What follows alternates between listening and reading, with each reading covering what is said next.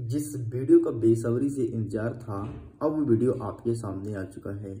Good morning everyone, मेरा नाम है मिडिल एजुकेशन और आप देख रहे हैं बूस्टर डोज।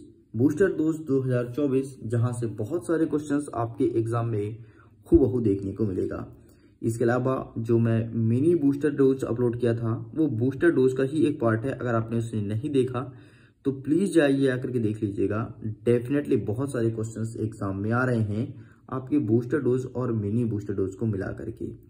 देखो, यदि मैं बूस्टर डोज का पहला प्रश्न बात करूं तो कॉर्न लॉ क्या है, तो कॉर्न मतलब होता है भुट्टा। तो मक्के पर जो कानून बनाया गया था उसे कहते हैं कॉर्न लॉ। इसकी कहानी सुन लो क्या हुआ था। हमारे भारत देश में बड़े भूस्वामी लोग थे, तो वो मक्का का व्यापार करते थे।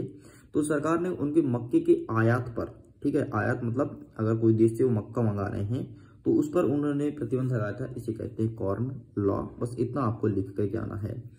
नेक्स्ट कहता है मृदा अपरदन के रोकथाम के कदम कौन कौन से हैं। मृदा अपरदन का मतलब होता है मिट्टी को कटाव करने से रोकना ही मृदा अपरदन कहलाता है। और इसके रोकथाम मतलब मिट्टी कटाव ना हो, तो इसके लिए हमें किन किन बातों का ध्यान में रखना चाहिए।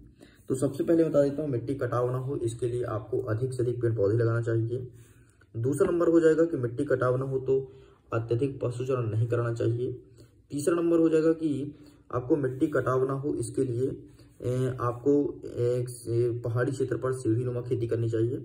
कुछ इस प्रकार से आपको 3 से 4 कारण याद रखना है, इस बात को ध्यान रखना।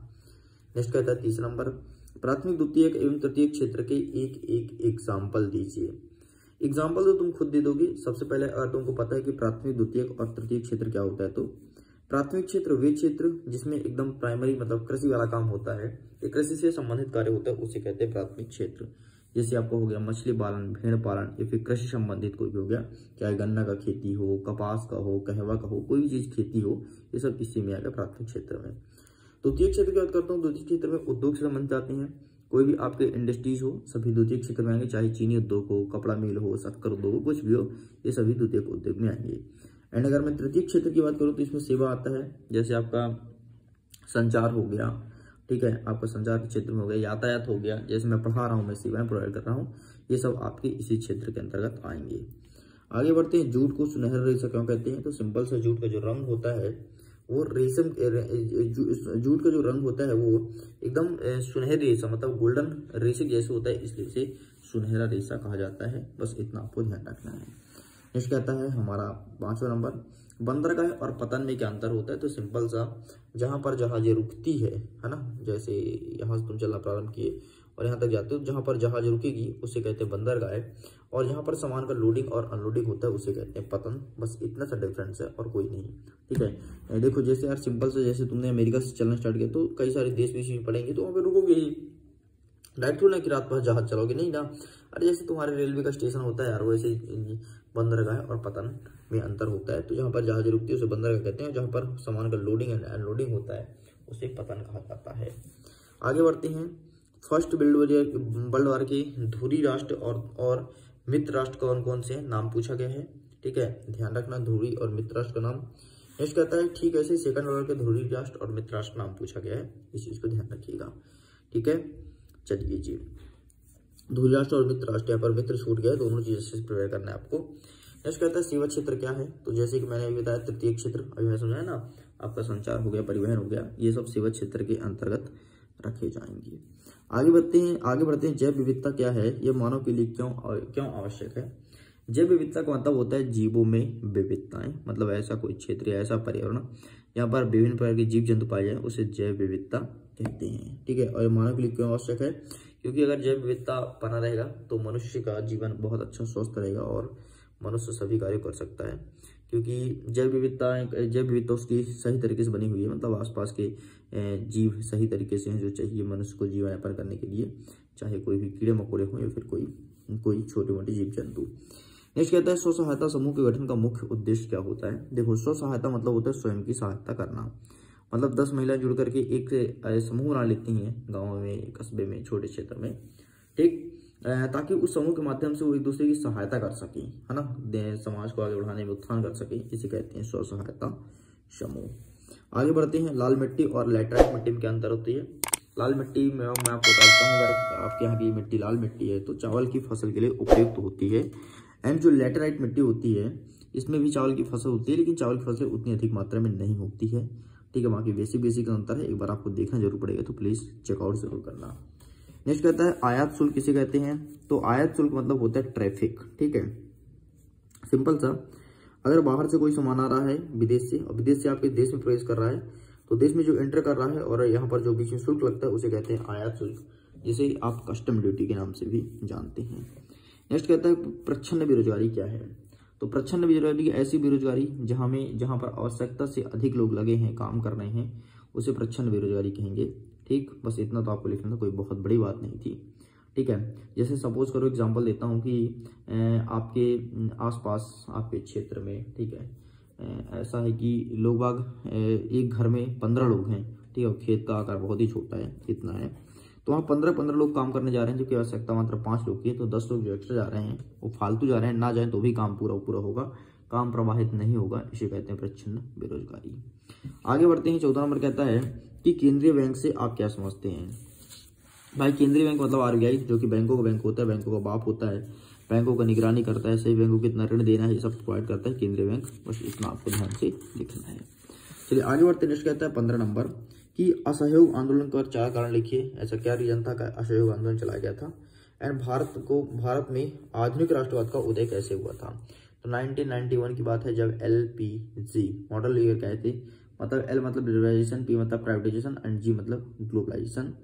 ठीक है, तो इस चीज को ध्यान रखना है, तभी से राष्ट्रवाद का उदय हुआ था। नेक्स्ट कहता है विधायिका, कार्यपालिका और न्यायपालिका क्या है? देखो यार, जो कानून बनाता है उसे कहते हैं विधायिका। ठीक है, जो कानून को क्रियान्वयन करवाता है उसे कहते हैं कार्यपालिका, और जो उस कानून का उल्लंघन करने पर सजा देता है उसे कहते हैं न्यायपालिका। तीनों एक दूसरे अलग हैं, लेकिन पूरक रहकर काम करते हैं, साथ में मिलकर काम करते हैं। ठीक है, कोई निर्णय साथ में निकालते हैं।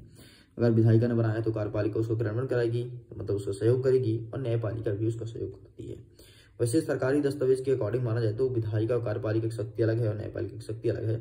ठीक है, आगे बढ़ते, नेक्स्ट कहता है मृदा संरक्षण के उपाय बताइए। मृदा संरक्षण मतलब होता है मिट्टी को कटाव होने से रोकना ही मृदा संरक्षण कहलाता है। ठीक है, तो उसके उपाय कौन कौन से हैं? तो जैसे आप वही अधिक से अधिक पेड़ लगाइए। ठीक है, और जलाशय तथा बांधों का निर्माण कीजिए ताकि मिट्टी का कटाव रुक सके। आप अपने खेतों पर बड़े बड़े मेढ़ का निर्माण कीजिए। बस यही सब आपको लिखना है। नेक्स्ट कहता है झूमिंग कृषि को किन किन नामों से जाना जाता है? तो झूमिंग कृषि का मतलब होता है ट्रांसफॉर्मिंग कृषि। मतलब ये है कि जैसे अभी आप कहीं पर खेती कर रहे हो, यदि वहां की मिट्टी जब तक उपजाऊ खेती करोगे, नहीं है तो उसे छोड़ करके और कहीं और चले जाओगे, इसे कहते हैं ट्रांसफॉर्मिंग कृषि, झूमिंग कृषि।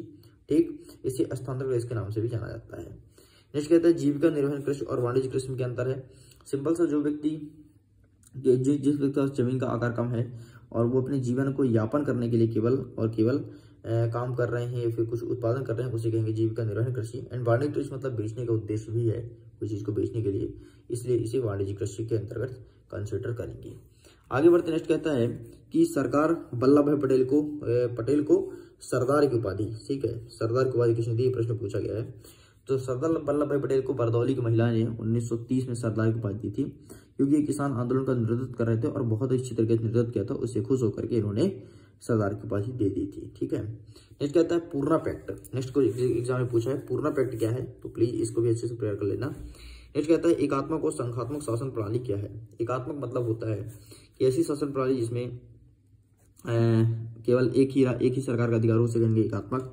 एंड संघात्मक बात करें जिसमें दोनों सरकार हो, केंद्र और राज्य, उसे कहेंगे संघात्मक शासन प्रणाली। नेक्स्ट 24 नंबर कहते हैं क्षेत्रीय दल और राष्ट्रीय दल में अंतर स्पष्ट कीजिए। क्षेत्रीय दल मतलब ऐसे दल जो आपके किसी क्षेत्र विशेष पर ही सक्रिय हैं, वहीं पर चुनाव लड़ते हैं, चुनाव को जीतते भी हैं, हारते भी हैं, है ना। इनका कोई विशेष दबदबा नहीं है, ना तो राज्य में ना तो हिंदुस्तान में, बल्कि किसी क्षेत्र विशेष तक ही फेमस है, इसे क्षेत्रीय दल कहते हैं।